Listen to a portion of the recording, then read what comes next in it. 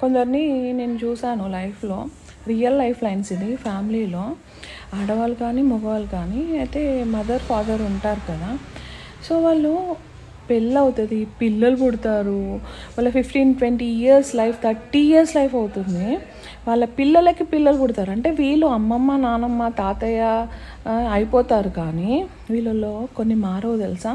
గొడవలు పెట్టుకోవడం అండ్ ఇంకా చిన్నపిల్లల్లాగా అలగడం, ఇలాంటి పద్ధతి మీలో ఎవరైనా ఉంటే కొంచెం మారండి.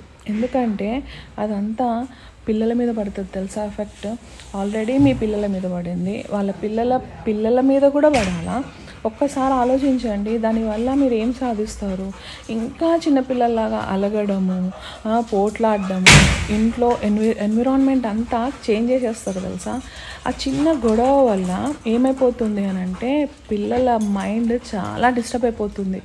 అంటే ఇక్కడ గమ్మత్తైన విషయం ఏంటంటే కొన్ని ఫ్యామిలీస్లో ఎవరో ఒక్కరు ఉంటారు, ఆ ఎదుటి మనిషి పాపం ఎదుటి పార్ట్నర్ సఫర్ అవుతూ ఉంటారు, బేర్ చేస్తూ ఉంటారు, బాధ్యతగా ప్రేమగా ఏదన్నా పెట్టచ్చు దాని పేరు. కానీ కొన్ని ఫ్యామిలీస్లో ఇద్దరు సేమ్ మెంటాలిటీస్ ఉంటారు, ఇంకా ఆ ఫ్యామిలీలో నరకమే కదా అది. ఆలోచించండి. ఇలాంటి మెంటాలిటీస్ మీలో ఇంకా ఎవరికన్నా ఉంటే కనుక దయచేసి ఫ్యామిలీ కోసం మారండి. లైఫ్ ఉన్నదే పిల్లల కోసమే కదా.